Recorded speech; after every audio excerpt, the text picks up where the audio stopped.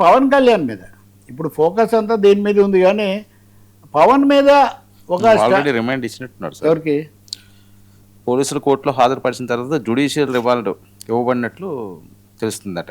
కొద్ది రోజులు జైల్లోనే ఉండాల్సి ఉంటుందండి. That's what I am telling. మళ్ళీ కాల్స్తే బెయిల్ కోసం పిటిషన్ చేసుకోవచ్చట.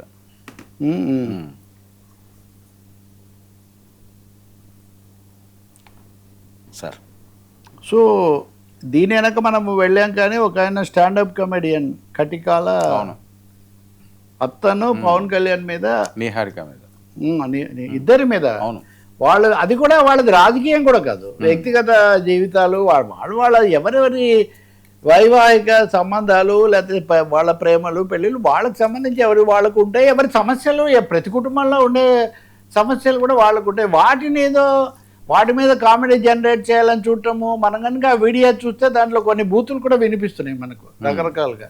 సో అతన్ని అప్పటి నుంచి అది నడుస్తుంది. తర్వాత అతను వెళ్ళిపోయి క్షమాపణ కూడా చెప్పాడు కానీ తర్వాత మటుకు అంటే ఒప్పుకున్నాడు కదా ఒక విధంగా, క్షమాపణ చెప్పడం అంటే చేశానని. దాని మీద అతన్ని కూడా అరెస్ట్ చేశారు. సో ఆంధ్రప్రదేశ్లో తెలంగాణలో కూడా ఇప్పుడు తెలంగాణలో కూడా సోషల్ మీడియా పోస్టులు వీటి మీద రకరకాల దుమారాలు మనం చూస్తున్నాం. కాబట్టి దీన్ని చక్కదిద్దడానికి సమస్యల మీద ఫోకస్ చేయడానికి దృష్టి పెట్టాల్సిన అవసరం ఉంది. ఇంకా రిమాండ్కి వెళ్ళిన తర్వాత మళ్ళీ కొత్త కొత్త అంశాలు ఎలా ట్రీట్ చేశారు మీరు ఎప్పుడు పెడుతూ ఉంటారు కదా, 3rd degree ట్రీట్మెంట్లు ఇలాంటివన్నీ జరుగుతాయా, ఎలా వీళ్ళు ఎదుర్కొంటారు. రెండోది ఇది ఇంతటితో అయిపోతుందా, ఎందుకంటే ఆయన దగ్గర చాలా దొరికాయి అంటున్నారు కాబట్టి అవన్నీ ఏమేమి ఉంటాయి ఆసక్తికరంగా మనం పరిశీలించవచ్చు. రాజకీయ పార్టీలు అయితే మటుకు ఎదుటి వాళ్ళని తిట్టడం ద్వారా తాము ఏదో సాధిస్తాము ఒరుగుతుందనే భ్రమ నుంచి మటుకు బయటికి రావాల్సిన అవసరం ఉంది. తాము ఏ విధంగా ప్రజల కోసం చేస్తాము, తమ పాత్ర ఏంటని చెప్పే విధంగా. మూడోది మహిళలను, ఇప్పుడు మహిళలు ఎవరైనా రాజకీయంగా మహిళలకు కూడా అభిప్రాయాలు ఉంటాయి కదా, వాళ్ళు అనుకూలంగా ఉంటే ఒక విధంగా, అవతల వాళ్ళందరి మీద వెంటనే తిట్టేసి బూతులు అశ్లీలమైనవి లేదా ఏవేవో అంటగట్టేసి ఇవన్నీ పెడితే అది ఎలా కుదురుతుంది. ఈ కల్చర్ పోవాల్సిన అవసరం ఉంది. ఇంకా ఒక మాట, ఇప్పుడు ఉదాహరణకి ఈరోజు కూడా చూస్తున్నాను నేను పత్రికల్లో ఈ వార్తల్లో, ఎప్పుడో ఏదో ఒకటి చేస్తుంటారు, కోడికత్తి గులకరాయి ఇట్లాంటివన్నీ చేసి ప్రజలను పక్కదో పట్టించారని.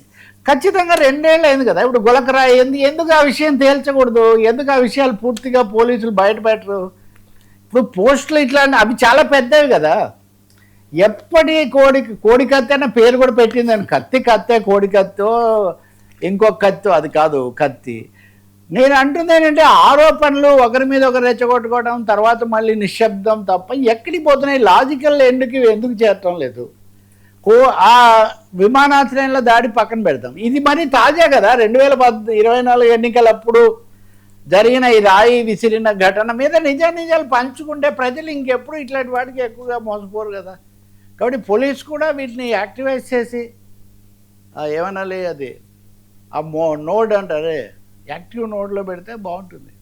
శ్రీహరి కేసు ఎలా ఉంటుందో ఏమవుతుందో చూద్దాం, అది కోర్టు దీని మీదే ఆధారపడి ఉంటుంది సార్.